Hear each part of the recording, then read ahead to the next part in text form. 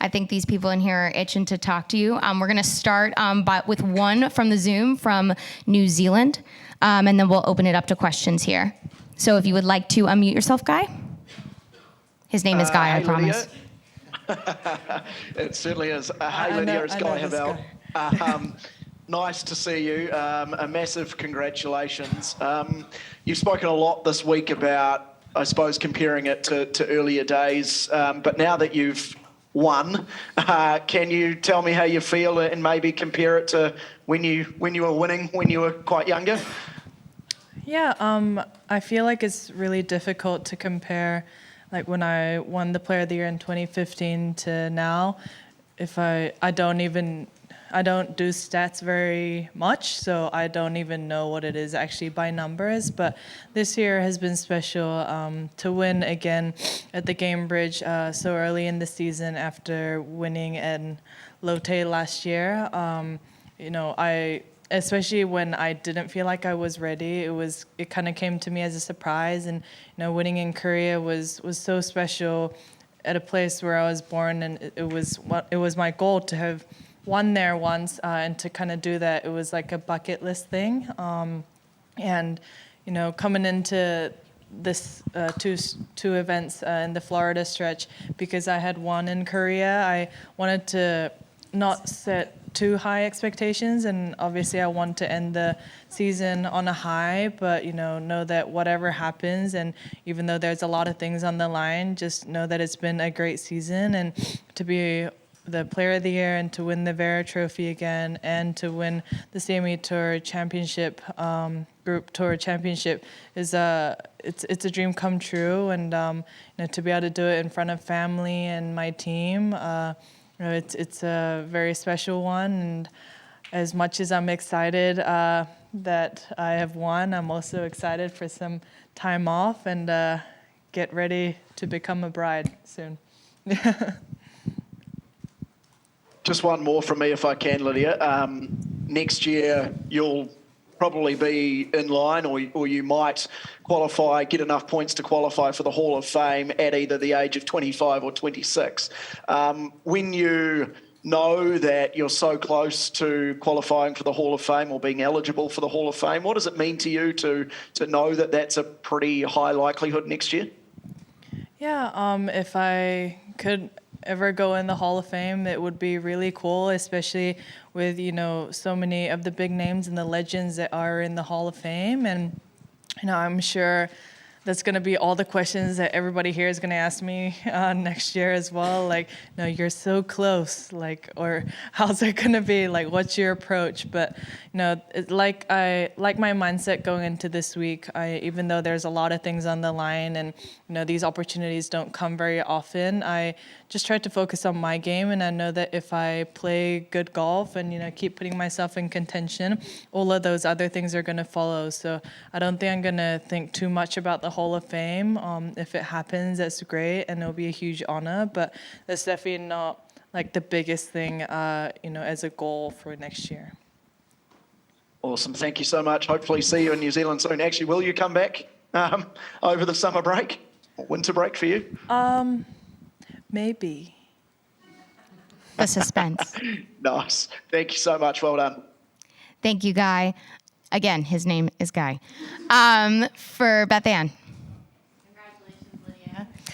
Speaking of becoming a bride very soon, you had your fiance here to watch. What did it mean to have him on site, and what has his presence in your life, maybe how has it impacted you inside the ropes?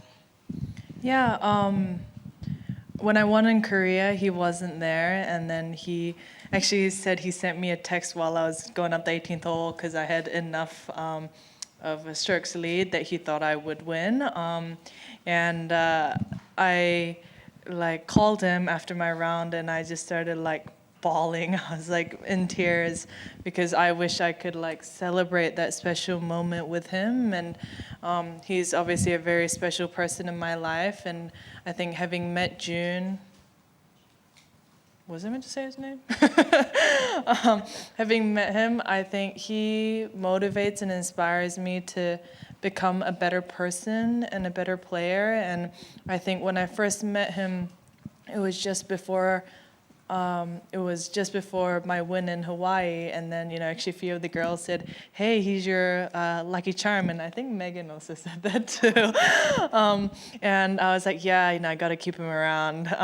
But no, he puts a smile on my face, and I know that no matter if I shoot 79 like I did at Congressional or I shoot 65, he's gonna, he will always love me and talk to me the same way that like my golf really is not how he like perceives me. And I, for a while when things weren't going great in my career, I would my identity felt so connected to golf, and having met him, I feel like he's kind of given me a different perspective and in life and in my golf. And after meeting him, I've actually wanted to like work harder during the times that I am working, and then also like enjoy time off. And I think I probably had a few more breaks than I did like 2-3 years ago, but I think that's just only helped me to be more focused and be more on when I'm actually doing my work. So yeah, he's someone that I'm very thankful for, and I really wanted to win once in front of him. And I obviously got off to a great start, and yesterday I played solid, but it wasn't like awesome like Leona's round. And I remembered last year he was saying like, oh, what if she doesn't play well because I'm here? And I don't want him to think that, because if I don't play well, it's totally me. It's not anybody around me that's like made that happen. So I wanted it to win in front of him, win like for him. And obviously me winning today doesn't change anything about our relationship, but I think just to be able to celebrate such a special moment with my loved ones just makes it extra meaningful. Thank you. My heart. We'll go down here to Tom. Yeah, that behind was you, Mike, beautiful. behind you. Oh, sorry. Oh, The mic is behind you, Tom. Oh, you're telling him. I'm sorry. No, you're good, you're good. Hi, Lydia. Congratulations. So do you think your mom will stop harassing you about playing as well as you were when you were 15? Oh, hell no. I'm like still 5 in my mom's eyes. No, definitely not. But I think my mom especially keeps me super grounded. And I'm sure today she might go, oh, remember that thin that you hit on 14 and went in the water? I was like, yes, thanks, Mom. Yeah. But I think because of her and because of my family, they've been through this journey with me. I remember coming over to the U.S. for the first time when I was a junior to play the Callaway Junior Worlds in San Diego. And I might sound like I'm born in it's in the 1960s, but at that time navigation wasn't like as good as like we have now. And she printed like 5 pieces of paper, of A4 paper, of how to get from like LAX to San Diego. And if you missed one exit, you had to go back to find your route again. And she's been through that with me since day one, like driving, like doing that in a foreign country, driving 8 hours with me to like junior events back in New Zealand as well. And I think because of her, I was able to, this kind of moment happens. And I know that she might be one of my toughest critic, but at the same time, I know that she says that because she wants me to just keep growing, and I think she keeps me really humble. And I should say thank you more often, but I don't end up saying that. But it's easier to say it when she's not here. But I have to thank her because she does everything for me, and I know that life on tour is not easy, and I'm very thankful that my mom and my sister travels with me, and they make this so much more fun. With that, if anyone else has questions, Shane? One more to question about today's round. You, to me, watching, seemed composed out there and felt fairly calm, especially compared to some of the other competitors. Did you feel that way? How nervous were you? You know, little trouble on 14. Was there ever a moment of fluctuation where you felt things were in trouble at all, or was it steady sailing? Yeah, I felt pretty calm today. I thought I would be way more nervous. I know that last night I couldn't like sleep as well, but you know, I normally get the butterflies when I do get nervous. And I remember actually in Korea, like that cart ride from the putting green to the tee, I was so nervous. I was like to my sister, man, I don't feel very good. But like today I was like surprised at like how like not shaky I was, and I get nervous even during pro-ams because I want to play good for our pro-am group. So it's I was surprised, but I think that might be because I wanted to totally focus on me, and I just said today I want to play golf that I won't regret, and sometimes I'm not going to hit, I mean, I duffed a driver today, so I know that I'm going to hit some missed shots, but at the same time, there are going to be plenty of opportunities, and on a day like today, when you know it's going to be windy and possibly a little bit of rain, you know it's going to be hard for everyone, so I wanted to focus on me, and you know, just because somebody else made a birdie or a bogey or whatever, don't change my strategy around that. And I actually didn't realize that Leona had hit it in the water on 14. And obviously lucky on both our parts that like we like both made it on the same hole. Not like we were both like one was good and then one was not. So in that way, like I'm sure the bogeys, yeah, I'm sure we would have loved both birdie opportunities, but you know, it wasn't like the worst timing. But for me, like from 15, I think there was a lot of adrenaline going, and I started hitting my clubs so much further.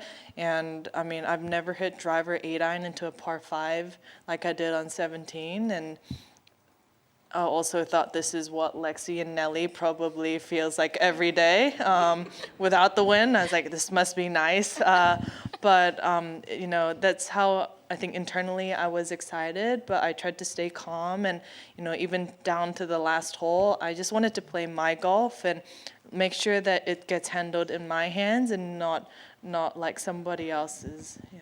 And then on 16, before that putt, I was thinking watching it, if she makes this putt, it's going to be really hard for her to lose, right? It's a really crucial moment. Do you get a sense in a moment like that, like before you putt that, do you have a thought, this could be really big, like this could be the thing that effectively ends it? I was 17, being a reachable par 5. I knew that like anything could happen, and you know, I think that was me all day. Like, I'm not gonna count on somebody making a mistake, and I want to like make as many birdies and you know make as many good putts or shots as possible.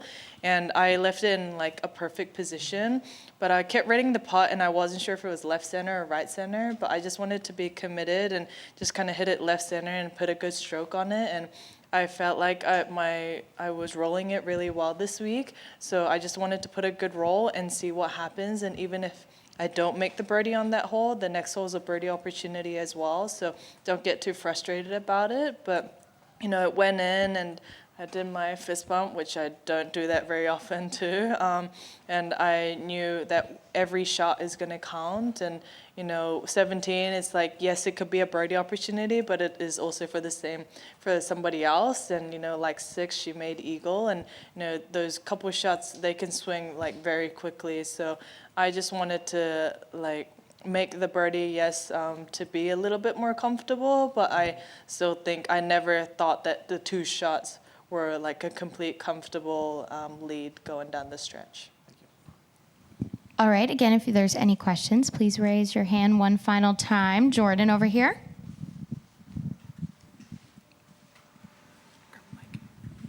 Hi, Lydia. Congratulations. I heard you mention that you were excited to have a new picture up as the winner of this tournament versus you in the glasses. So I'm just curious, when you look back to that girl that year in 2014 maybe versus the woman you are now, like how do you compare?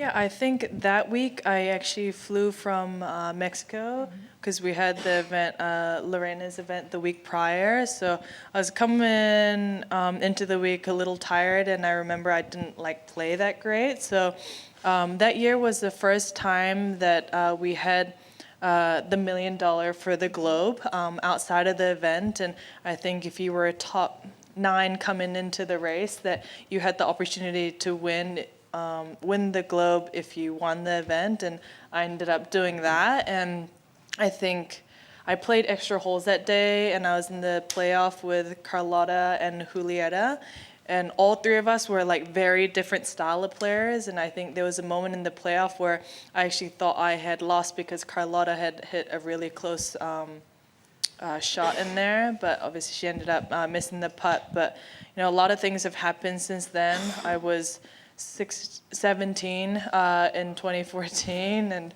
I don't feel 25 right now.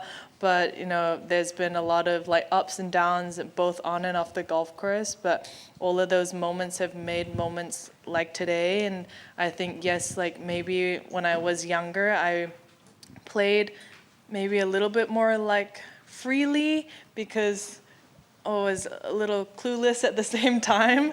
But now, I've, gone through, my share of ups and downs. And I think that's helped me to realize that, hey, we're going to have good days and we're also going to have bad days. And I think my perspective and how I treat the bad shots or the bad events a lot better now than I did then. And I hope that I've grown more as an individual since then, and I think golf is very relatable to life in general, and I think golf keeps you very humble as well. So it's a continuous learning journey, but I'm excited with where I am at in life and at the golf course, but it's I don't miss the times of wearing the glasses and having to clean my lenses too. Yeah. Days like today wouldn't be I was going to say, with the rain today, you would have been cleaning them probably a lot more. I would have been like the cameraman trying to clean my lenses all day. But yeah, it's a lot of things have happened, but I feel more mature than I am then, but still ways to go. Yeah. All right, we're just going to... One more, Jordan, I apologize. Oh, no, just as a follow-up, so would you say you've kind of recaptured the same kind of freedom that you were playing with back then, just in a different way? I think so. I think I'm freer now knowing that, hey, whatever's going to happen is going to happen. And sometimes I could put my 100% intention and it does nothing like I intended it to. And then, sometimes I don't think it's going to go great and it goes great. So I think just all those kind of experiences help me to become more free, because it's at the end of the day, it's a gamble, and yes, you kind of want that to go in your favor, but I can't, just because I become more controlling, it's not gonna do any good for me. So I think just to let go, and I've said all year, what's meant to be is gonna be, and when the opportunities are there, I want that be to be how I envision. But at the same time, I'm playing alongside the world's best female golfers, and I know it's not easy. So I just gotta focus on me, and if I do a good job of what I have in front of me, then that's all I can really ask for. Thank you. We're going to wrap with one more from our favorite guy in New Zealand. Lydia, just a very quick one. How do you celebrate, particularly with all your family there? What do you intend to do? A nice 3.5-hour drive to Orlando. Yeah. I've been to the Korean restaurant here in Naples for 5-6 times. And I've only been here 7 days. So they may actually say go there. But probably just drive, and a lot of my coach and my fiance and my mom, my sister, and I were all driving back. So yeah, probably have a nice warm meal. very unlike Florida today with the weather. So anything warm sounds good. But yeah, I think we're making our trip back, and no alcohol consumption for me today. Awesome. Thank you. Well, there you have it. Well, thank you all for joining us this week and every day, and congratulations to you, Lydia.